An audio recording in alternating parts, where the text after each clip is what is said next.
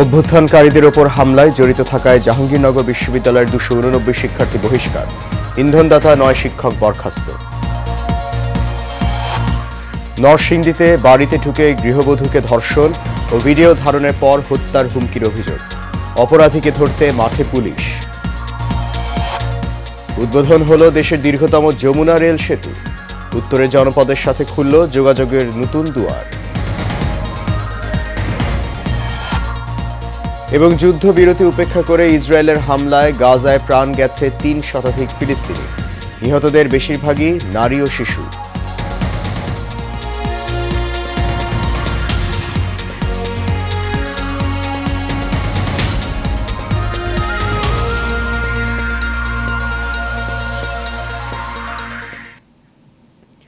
সবাইকে স্বাগত জানাচ্ছি এশিয়ান নিউজে। আপনাদের সাথে আছি আমি সৈয়দ মাহিউজ্জামান মুখর। শুনছিলেন বিআরবি কেবল ইন্ডাস্ট্রিজ লিমিটেড সংবাদ শিরোনাম। যাচ্ছি পুরো খবরে। বৈষম্য বিরোধী ছাত্র আন্দোলন চলাকালে জাহাঙ্গীরনগর বিশ্ববিদ্যালয়ের শিক্ষার্থীদের ওপর হামলার ঘটনায় 289 জন শিক্ষার্থীকে সাময়িক বহিষ্কার করা হয়েছে। এছাড়া হামলার মদদ দেওয়ার অভিযোগে 9 শিক্ষক সাময়িক বরখাস্ত করা হয়েছে। একই সঙ্গে একটি অধিকতর তদন্ত কমিটি গঠন করা হয়েছে। রাতে বিশ্ববিদ্যালয়ের নতুন প্রশাসনিক ভবনের সিন্ডিকেট সভা শেষে উপাচার্য অধ্যাপক মোহাম্মদ কামরুল আহসান এসব তথ্য জানান। উপাচার্য বলেন, বৈষম্য বিরোধী ছাত্র আন্দোলন চলাকালে শিক্ষার্থীদের ওপর হামলার ঘটনায় ছাত্রলীগের 289 জন নেতাকর্মীকে বিশ্ববিদ্যালয় থেকে সাময়িক বহিষ্কার করা হয়েছে। এছাড়া একটি অধিকতর তদন্ত কমিটি গঠন করা হয়েছে। ওই ছাত্রলীগ নেতা কর্মীদের মধ্যে যাদের ছাত্রত্ব শেষ তাদের সনদ স্থগিত করা হবে। যারা পরীক্ষা ও ভাইভা দিয়েছে তাদের ফলাফল স্থগিত করা হবে এবং নিয়মিত শিক্ষার্থীদের সাময়িক বহিষ্কার করা হবে। নরসিংদীর রায়পুরায় 3 ব্যক্তির বিরুদ্ধে বাড়িতে ঢুকে গৃহবধূকে ধর্ষণ ও ভিডিও করার অভিযোগ উঠেছে। এই ঘটনায় ভুক্তভোগী গৃহবধূ গতকাল সোমবার থানায় লিখিত অভিযোগ করেছেন। এর আগে গতকাল ওই গৃহবধূ প্রথমে পুলিশ সুপারের কার্যালয়ে গিয়ে অতিরিক্ত পুলিশ সুপার মোহাম্মদ কলিমুল্লাহর কাছে ঘটনার বর্ণনা দিয়ে বিচার দাবি করেন। তার দেয়া লিখিত অভিযোগ সূত্রে জানা যায়, গত রোববার রাতে রাকিব মিয়া নামের এক যুবক 2 জন সহযোগী সহ গৃহবধূর বাড়িতে ঢোকেন। ওই সময় ওই নারীকে বাসায় একা পেয়ে ধর্ষণ করে রাকিব, আর তার 2 সহযোগী মুঠোফোনে ভিডিও করে। পরে তার কান ও গলার সোনার গয়না ছিনিয়ে নিয়ে পালিয়ে যায় তারা। এ সময় রাকিব তাকে হুমকি দেয়, কাউকে জানালে স্বামী স্ত্রীকে একসঙ্গে জবাই করে হত্যা করা হবে বলে হুমকি দিয়েছে। রায়পুরা থানার ভারপ্রাপ্ত কর্মকর্তা আদিল মাহমুদ বলেন, এক গৃহবধূ থানায় এসে লিখিত অভিযোগ দিয়েছেন। অভিযুক্ত রাকিব মিয়া একজন চিহ্নিত মাদক ব্যবসায়ী। এই ঘটনায় মামলা প্রক্রিয়াধীন, আসামিদের গ্রেপ্তারে অভিযান চলছে। দীর্ঘ প্রতীক্ষার পর অবশেষে উদ্বোধন হলো যমুনা নদীর ওপর নির্মিত দেশের দীর্ঘতম যমুনা রেল সেতু। এর ফলে ঢাকার সঙ্গে উত্তর ও দক্ষিণবঙ্গের রেল যোগাযোগের নতুন দ্বার খুলল। উদ্বোধন অনুষ্ঠানের প্রধান অতিথি ছিলেন রেলপথ মন্ত্রণালয়ের সচিব মোহাম্মদ ফাহিমুল ইসলাম। এছাড়া দিনব্যাপী রয়েছে নানা অনুষ্ঠান। সেতু দিয়ে 120 কিলোমিটার গতিতে ট্রেন চলাচল করতে পারবে। তবে উদ্বোধনের দিন থেকে প্রথম পর্যায়ে সেতু নিয়ে 90 কিলোমিটার গতিতে ট্রেন চলাচল করবে। এতে সময় লাগবে 3.5 মিনিট। 2016 সালের ডিসেম্বরে প্রকল্পের নকশা প্রণয়ন সহ সেতু নির্মাণ ব্যয় প্রথমে 9,734 কোটি 7 লাখ টাকা ধরা হয়েছিল। পরে 2 বছর বাড়ানো হলে প্রকল্পের ব্যয় বেড়ে 16,780 কোটি 96 লাখ টাকা দাঁড়ায়। এ বিষয়ে আরও জানতে এই পর্যায়ে সিরাজগঞ্জ থেকে সরাসরি যুক্ত হবেন আমাদের সহকর্মী জিন্না ফারুক। ফারুক, আমাদেরকে জানান যে ট্রেন উদ্বোধনের সবশেষ কি খবর আছে আপনার কাছে?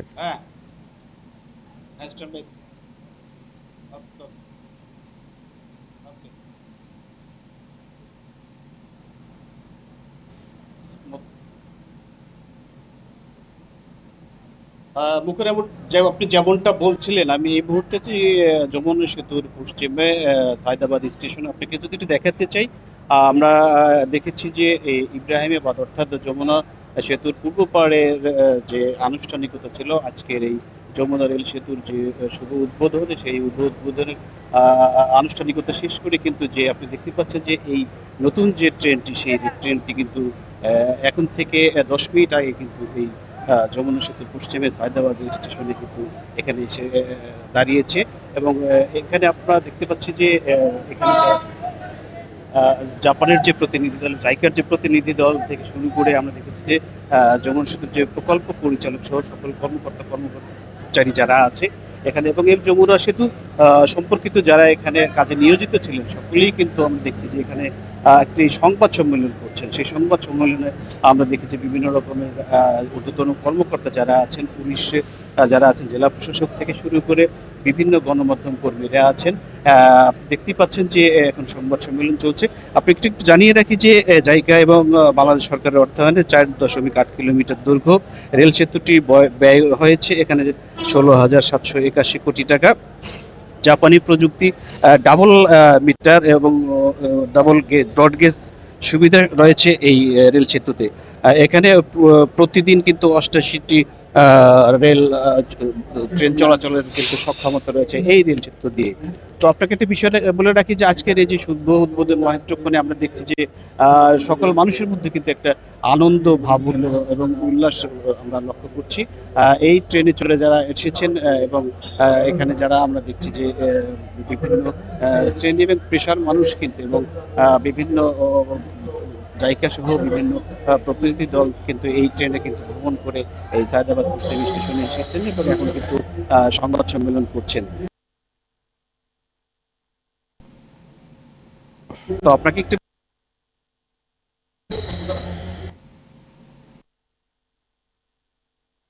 এবং সকল রয়েছে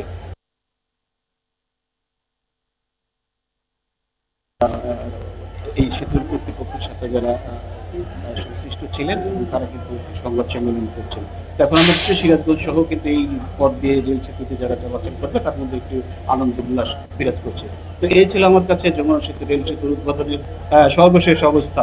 মুখর ফারুক, আপনাকে ধন্যবাদ। আমাদের সহকর্মী জিন্না ফারুক যমুনা সেতু থেকে জানাচ্ছিলেন সেখানকার সবশেষ খবর।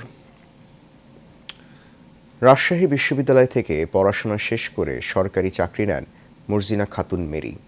নানা সীমাবদ্ধতার এই চাকরি এক পর্যায়ে তার কাছে হয়ে ওঠে অসহনীয়। নিজের সিদ্ধান্তেই ছেড়ে দেন সেই চাকরি, হতে চান উদ্যোক্তা। জীবনকে জড়িয়ে ফেলেন ঐতিহ্যের সোনালী আঁশের সাথে। ধীরে ধীরে গড়ে তোলেন বাহারি পাটজাত পণ্য তৈরির কারখানা। দেশে গণ্ডি ছাড়িয়ে এখন আন্তর্জাতিক বাজারে জায়গা করে নিয়েছে মেরির উৎপাদিত পাটজাত পণ্য সামগ্রী। মর্জিনা বেগম মেরির জীবনে দারুণ ছোঁয়া লেগেছে সোনালী আঁশের। সোহাগ মিয়ার ক্যামেরায় মণ্ডল এনামের বিশেষ রিপোর্ট। বলছি হার না মানা নারী উদ্যোক্তা ও ট্রেনার মর্জিনা খাতুন মেরির কথা। 2 যুগ আগে রাজশাহী বিশ্ববিদ্যালয় থেকে পড়াশোনা শেষ করে সরকারি চাকরি ছেড়ে জীবিকার তাগিদে ঢাকা এসে আত্মনির্ভরশীল হওয়ার চেষ্টা করেন পাবনার মেয়ে মেরি। নিজেকে উদ্যোক্তা হিসেবে গড়ে তোলার চেষ্টা করেন। নিজের জীবন বদলের পাশাপাশি সমাজের অবহেলিত কিছু মানুষের কর্মসংস্থানের ব্যবস্থা করেন মেরি। তার গড়ে তোলা কারখানায় পাটের পণ্য তৈরি করে বিশ্বজয়ের স্বপ্ন দেখছে এই নারী উদ্যোক্তা। ধীরে ধীরে গড়ে তোলেন টিএম জুট হ্যান্ডিক্রাফট। আমার ফ্যাক্টরিতে প্রায় 200 প্রোডাক্ট আমি তৈরি করি, আর আমার বেশিরভাগই অর্ডার করি, আমি সাপ্লাই দিই আর কি বিভিন্ন সরকারি বেসরকারি প্রতিষ্ঠানে। এক্সপোর্ট করি, আমার এক্সপোর্ট লাইসেন্সও আছে। বিভিন্ন জায়গায় যায়, আমেরিকা যায়, ফ্রান্সে যায়, অস্ট্রেলিয়ায় যায়, তারপরে কি প্রোডাক্টগুলো? ইটালি, বিভিন্ন প্রোডাক্ট, বেশিরভাগ shopping bag, passport bag, ladies bag, laptop bag, মানে যে বায়ার যেটা আমাকে অর্ডার দেয় সেটাই আমি করে দিই। পরিবারের আপত্তি থাকা সত্ত্বেও সরকারি চাকরি ছেড়ে যুব উন্নয়ন আর বিসিকের প্রশিক্ষণ নিয়ে ঘরে বসেই অল্প কিছু সংখ্যক লোকের কর্মসংস্থানের ব্যবস্থা করেন আজকের সফল এই স্বপ্নবাজ নারী। দেশের বেকারত্ব দূর করা এবং কর্মসংস্থান সৃষ্টির জন্য বিপুল সংখ্যক মানুষের প্রশিক্ষণ দিয়েছেন তিনি। 2008 সাল থেকে আমি ট্রেনার, তো তারপর থেকে এখন আমার মিনিমাম 3000 ছাত্রী আছে। তো সফল হয়েছে অনেকে জয়িতা হয়েছে, অনেকেই ফ্যাক্টরি করেছে। আমার লক্ষ্য তো আগে থেকেই, আমি কিন্তু নারীদের নিয়ে কাজ করি। আমার স্বপ্ন যে তাদের কিছুটা আমি যদি হেল্পে আসতে পারি, তা আমার অধিকাংশ কর্মচারীরাই এরকম। তা আমি আশা করি এদের জন্য কিছু করতে আর কি ভবিষ্যতে। আমার ফ্যাক্টরিটা অনেক বড় করার স্বপ্ন আছে, সেটা নিজের থেকে হোক আর কোনো হেল্পের মাধ্যমে হোক, ফ্যাক্টরিটা বড় করার অনেক ইচ্ছা। মেরি জানান, সরকারি সহায়তা পেলে কারখানার পরিসর যেমন বাড়ানো সম্ভব, তেমনি বড় পরিসরে হাজারো মানুষের কর্মসংস্থানের ব্যবস্থা করা যাবে। এতে একদিকে পাট শিল্পের প্রসার ঘটবে, অন্যদিকে বাড়বে পরিবেশ বান্ধব পণ্যের ব্যবহার। Mondal Enam, Asian television, Dhaka.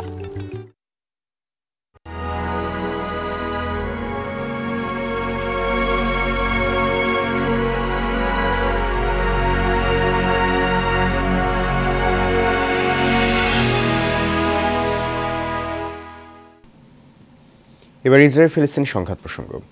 ভোরে গাজা উপত্যকার বিভিন্ন জায়গায় বিমান হামলা চালিয়েছে ইসরায়েল। এতে কমপক্ষে 200 জন নিহত হয়েছেন। গাজায় যুদ্ধবিরতির মেয়াদ বাড়ানোর বিষয়ে আলোচনায় অচলাবস্থার মধ্যে এই হামলা চালালো ইসরায়েল। জাবালুল নূরের টেস্ট রিপোর্ট।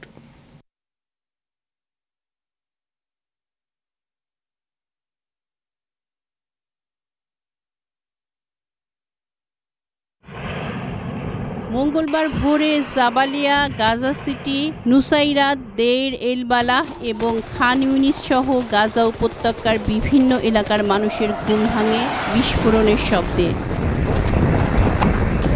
গত 16 দিন ধরে ত্রাণ পৌঁছাতে না দেয়ায় অনাহারে অর্ধাহারে থাকা যুদ্ধবিধ্বস্ত এই জনপদের মানুষদের ওপর আবারও বিমান হামলা চালায় ইসরায়েলি বাহিনী। ফিলিস্তিনের স্বাস্থ্য মন্ত্রণালয় জানায়, নিহতদের অনেকেই শিশু।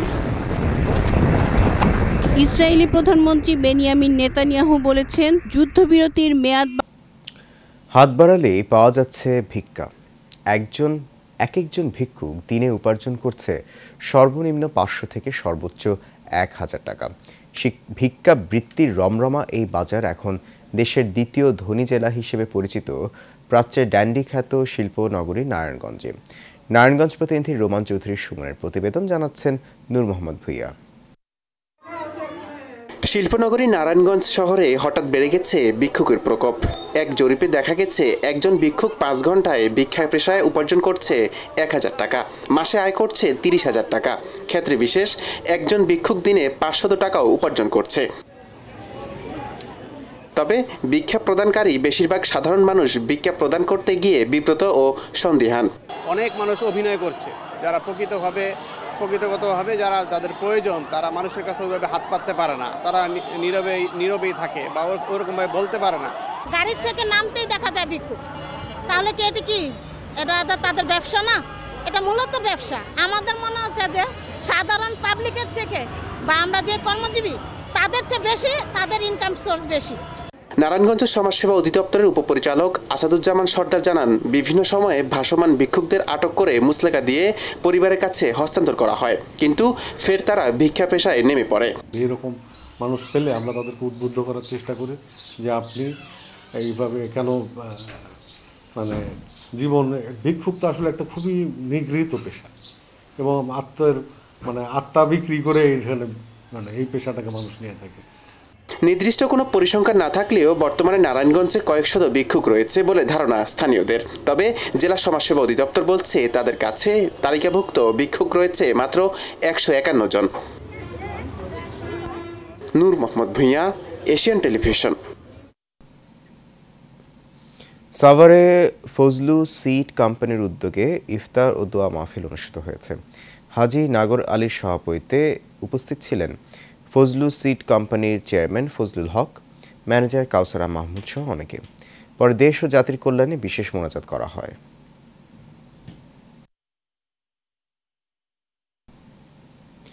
গাজীপুরে টেক্সটাইল ইঞ্জিনিয়ার্স ওয়েলফেয়ার অ্যাসোসিয়েশনের নতুন কমিটি গঠন ও ইফতার এবং দোয়া মাহফিল হয়েছে। ফ্যান্টাসি আইল্যান্ডে এর আয়োজন করা হয়। ইঞ্জিনিয়ার শহীদুল ইসলামের সভাপতিত্বে ও সাধারণ সম্পাদক আরিফ হোসেন খোকনের সঞ্চালনায় প্রধান অতিথি ছিলেন বুলবুল আহমেদ। বিশেষ অতিথি ছিলেন ইঞ্জিনিয়ার রবিউল ইসলাম ও মোর্শেদ কামাল তোহা। সুনামগঞ্জের ছাতকে বিএনপির ভারপ্রাপ্ত চেয়ারম্যান তারেক রহমানের পক্ষ থেকে 3 নং ওয়ার্ড বিএনপি ও অঙ্গ সংগঠনের উদ্যোগে ইফতার ও দোয়া মাহফিল অনুষ্ঠিত হয়েছে। ইফতার মাহফিলে আফিজ আলীর সভাপতিত্বে প্রধান অতিথি হিসেবে বক্তব্য রাখেন বিএনপির কেন্দ্রীয় সহ সাংগঠনিক সম্পাদক ও সাবেক সংসদ সদস্য কলিম উদ্দিন মিলন, শামসুল হক নমু, শামসুর রহমান শামসু, সাংবাদিক প্রভাষক মোশাররফ হোসেন সহ প্রমুখ। খুলনার ফুলতলার আটরা গিলাতলা ইউনিয়ন বিএনপির উদ্যোগে ইফতার ও দোয়া মাহফিল হয়েছে। উপজেলার মাহফিল শিরোমণি খান জাহান আলী আদর্শ মহাবিদ্যালয়ের মাঠে এর আয়োজন করা হয়। এতে প্রধান অতিথি ছিলেন খুলনা মহানগর বিএনপির সভাপতি শফিকুল আলম মনা। প্রধান বক্তা ছিলেন খানজাহান আলী থানা বিএনপির সভাপতি কাজী মিজানুর রহমান। বিশেষ অতিথির বক্তব্য রাখেন খানজাহান আলী থানা বিএনপির সাধারণ সম্পাদক আবু সাইদ হাওলাদার আব্বাস। এছাড়াও ইউনিয়ন বিএনপির সভাপতি শেখ আব্দুস সালাম ও সাধারণ সম্পাদক মোহাম্মদ জাহাঙ্গীর হোসেন খোকাসহ অনেকেই উপস্থিত ছিলেন।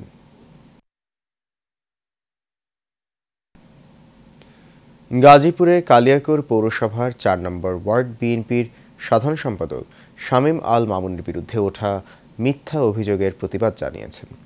সামাজিক যোগাযোগ মাধ্যমে লাইভে এসে তিনি এই প্রতিবাদ জানান। এ সময় বলেন তিনি পৌরসভার কোনো টেন্ডারের সঙ্গে জড়িত নন, কিন্তু যুবদল কর্মী শাহাদাত হোসেন নানা মিথ্যা তথ্য ছড়িয়ে তার সম্মানহানি করছে। এর তীব্র প্রতিবাদ জানান তিনি। টাঙ্গাইলের এলেঙ্গা পৌর সদরে বিএনপির ইফতার ও দোয়া মাহফিল অনুষ্ঠিত হয়েছে। সরকারি শামসুল হক কলেজ প্রাঙ্গণে ৬ নং ওয়ার্ড বিএনপির আয়োজনে এই ইফতার মাহফিল হয়। পৌর বিএনপির সভাপতি মোহাম্মদ একাব্বর আলীর সভাপতিত্বে এতে প্রধান অতিথি ছিলেন বিএনপির কেন্দ্রীয় সহ সাংগঠনিক সম্পাদক বেনজির আহমেদ টিটু। এ সময় উপস্থিত ছিলেন পৌর বিএনপির সাধারণ সম্পাদক হারুনুর রশিদ মিনু সহ অনেকে।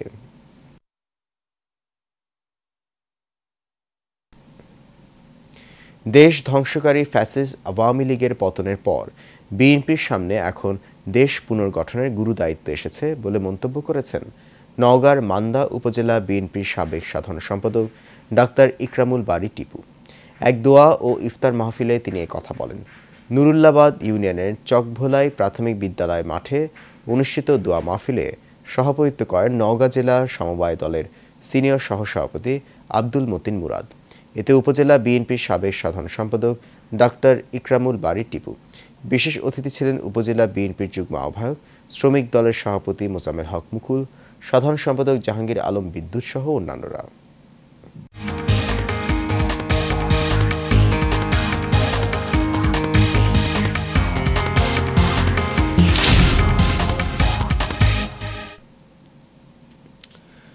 আন্তর্জাতিক প্রসঙ্গ। আন্তর্জাতিক মহাকাশ স্টেশনে 10 মাস ধরে আটকে রয়েছেন মার্কিন নভোচারী বুচ উইলমর ও সুনিতা উইলিয়ামস। দ্রুত একটি মিশন শেষ করে পৃথিবীতে ফেরার কথা থাকলেও মহাকাশযানের ত্রুটির কারণে আটকে যান তারা। পৃথিবীতে তাদের ফেরানো নিয়ে রাজনীতিও শুরু হয়, তবে সব শঙ্কা কেটেছে। বুচ ও সুনিতা অবশেষে পৃথিবীতে ফিরছেন। বুধবার ফিরতে পারেন তারা। মার্কিন মহাকাশ সংস্থা নাসার পক্ষ থেকে তাদের ফেরার দিনক্ষণ জানানো হয়। নভোচারীদের ফেরাতে মার্কিন মহাকাশ সংস্থা নাসা ও স্পেস এক্স একটি মিশন পরিচালনা করেছে। মহাকাশ কেন্দ্রে পৌঁছানো স্পেস এক্সের ক্রু ড্রাগন মহাকাশযানে করে তারা পৃথিবীর পথে রওনা দেবেন। সুনিতা ও বুচ দুজনই মার্কিন মহাকাশ সংস্থা নাসার নভোচারী। তারা গত বছরের জুন থেকে আন্তর্জাতিক মহাকাশ কেন্দ্রে আছেন।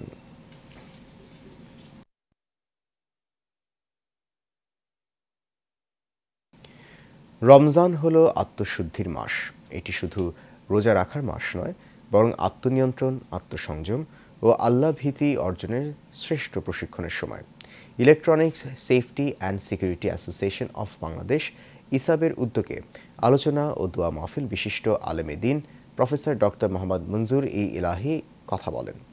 রাজধানীর বুয়েট ক্লাব মিলনায়তনে দেশ ও ইসাব সদস্যদের কল্যাণার্থে দোয়া মাহফিলের সভাপতির বক্তব্যে ইসাবের সাবেক প্রেসিডেন্ট এবং এফবিসিসিআই এর সাবেক পরিচালক উপস্থিত সবাইকে ধন্যবাদ জানান এবং আগামীতে একসাথে দেশের জন্য কাজ করার অঙ্গীকার ব্যক্ত করেন।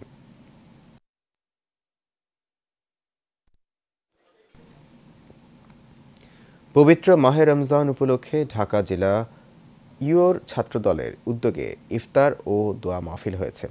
সাভার থানা পৌরসভা ও সাভার সরকারি কলেজ ছাত্রদলের যৌথ আয়োজনে এর আয়োজন করা হয়। ঢাকা জেলা উত্তর ছাত্রদলের সভাপতি মোহাম্মদ তমিজউদ্দিন ও সাধারণ সম্পাদক মাহফুজ ইকবালের নির্দেশনায় ইফতার মাহফিলে মাদ্রাসা শিক্ষার্থীদের সাথে ছাত্রদলের নেতাকর্মীরা উপস্থিত ছিলেন।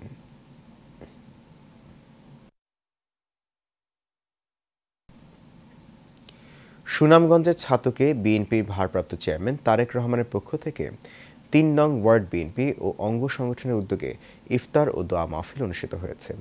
ইফতার মাহফিলে আফিজ আলীর সভাপতিত্বে প্রধান অতিথি হিসেবে বক্তব্য রাখেন বিএনপির কেন্দ্রীয় সহ সাংগঠনিক সম্পাদক ও সাবেক সংসদ সদস্য কলিমুদ্দিন মিলন, শামসুল হক নমু, শামসুর রহমান শামসু, সাংবাদিক প্রভাষক মোশাররফ হোসেন সহ প্রমুখ।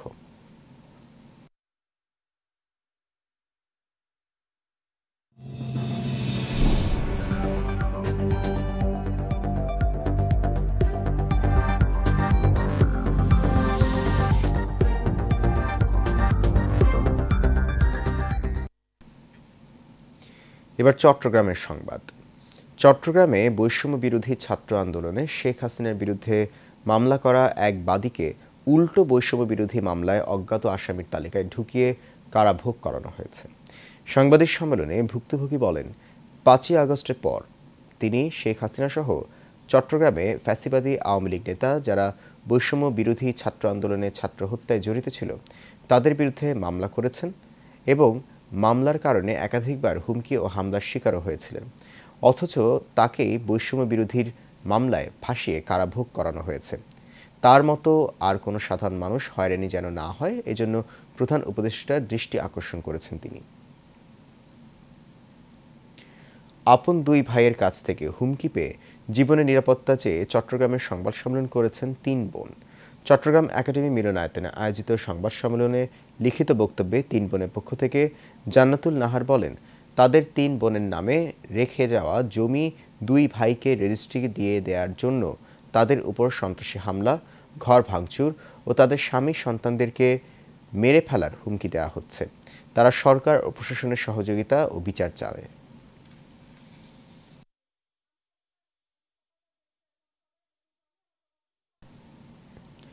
চট্টগ্রামে বিএনপির ভারপ্রাপ্ত চেয়ারম্যান তারেক রহমানের পক্ষ থেকে পথচারীদের মাঝে ইফতার বিতরণ করা হয়েছে। চট্টগ্রাম আইন কলেজ ছাত্রদলের উদ্যোগে এই ইফতার বিতরণ করা হয়। কলেজ ছাত্রদলের আহ্বায়ক মোহাম্মদ ইদ্রিসের সভাপতিত্বে এই সময় উপস্থিত ছিলেন চট্টগ্রাম মহানগর ছাত্রদলের আহ্বায়ক মোহাম্মদ সাইফুল আলম, সদস্য সচিব শরীফুল ইসলাম তুহিন, আইন কলেজ ছাত্রদলের সদস্য সচিব মনির উদ্দিন শাহন সহ অনেকে।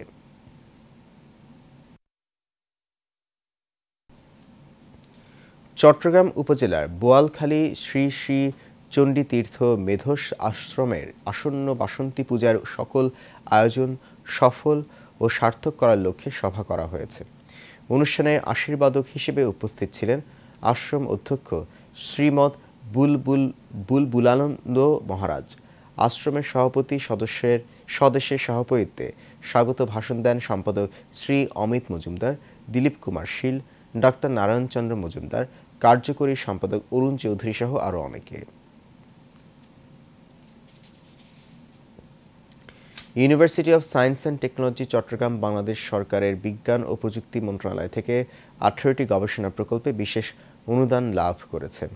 ইউএসটিসির উপাচার্য ও প্রফেসর ডক্টর মোহাম্মদ সুলাইমানের সভাপতিত্বে অনুষ্ঠানের প্রধান অতিথি হিসেবে উপস্থিত ছিলেন Chittagong veterinary and animal sciences ইউনিভার্সিটির উপাচার্য প্রফেসর ডক্টর মোহাম্মদ লুৎফর রহমান। এতে বিশেষ অতিথি হিসেবে উপস্থিত ছিলেন ইউআরসির উপদেষ্টা প্রফেসর ডক্টর মোহাম্মদ সোহেল রানা এবং ইউএসটিসির রেজিস্ট্রার মিস্টার দিলীপ বড়ুয়া সহ অনেকে।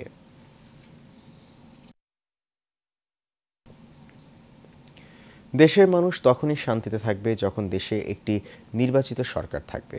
তাই দ্রুত নির্বাচন দেওয়ার কথা জানিয়েছেন বিএনপির চেয়ারপারসন বেগম খালেদা জিয়ার উপদেষ্টা ব্যারিস্টার এএম মাহবুব উদ্দিন খোকন। চট্টগ্রামের ইঞ্জিনিয়ার ইনস্টিটিউট হলে চট্টগ্রাম কর আইনজীবী ঐক্য পরিষদের উদ্যোগে আয়োজিত দোয়া ও ইফতার মাহফিলের প্রধান অতিথির বক্তব্যে তিনি কথা বলেন।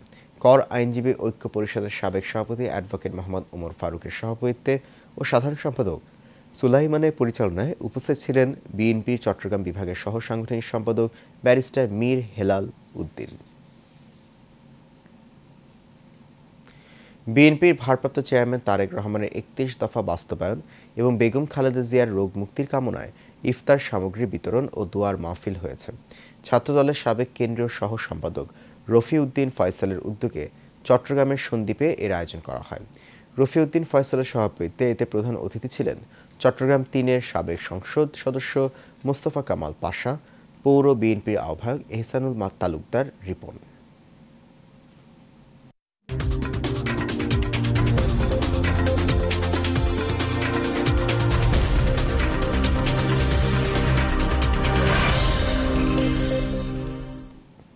জানাবো খেলার খবর। 2026 বিশ্বকাপ দক্ষিণ আমেরিকা অঞ্চলের বাছাই পর্বে চলতি মাসে উরুগুয়ে ও ব্রাজিলের বিপক্ষে ম্যাচের জন্য লিওনেল মেসিকে ছাড়াই 25 জনের স্কোয়াড ঘোষণা করেছে আর্জেন্টিনার কোচ লিওনেল স্কালোনি। মেসির অনুপস্থিতির সম্ভাব্য কারণ চোট। বার্তা সংস্থা রয়টার্স জানিয়েছে, উরুর মাংসপেশিতে টান পেয়েছেন মেসি। সুস্থ হয়ে উঠতে যুক্তরাষ্ট্রেই থাকবেন। তবে মেসির অনুপস্থিতির কারণ জানায়নি আর্জেন্টিনা ফুটবল অ্যাসোসিয়েশন। আগামী শনিবার বাংলাদেশ সময় ভোরে মন্টেভিডিওতে স্বাগতিক উরুগুয়ের মুখোমুখি হবে আর্জেন্টিনা। এরপর 26 মার্চ বুয়েন্স আয়ার্সে চিরপ্রতিদ্বন্দ্বী ব্রাজিলের মুখোমুখি হবে স্কালোনির দল।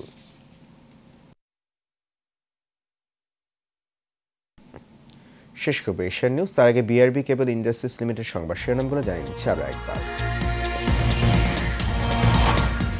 অভ্যুত্থানকারীদের ওপর হামলায় জড়িত থাকায় জাহাঙ্গীরনগর বিশ্ববিদ্যালয়ের 289 শিক্ষার্থী বহিষ্কার। ইন্ধনদাতা 9 শিক্ষক বরখাস্ত। নরসিংদীতে বাড়িতে ঢুকে গৃহবধূকে ধর্ষণ ও ভিডিও ধারণের পর হত্যার হুমকির অভিযোগ। অপরাধীকে ধরতে মাঠে পুলিশ।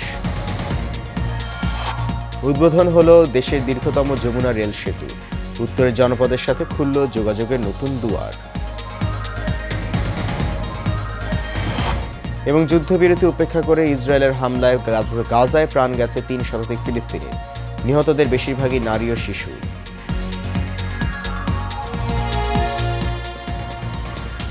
এশিয়ান নিউজ এ পর্যন্ত। আমাদের পরবর্তী সংবাদ দেখার আমন্ত্রণ রইল।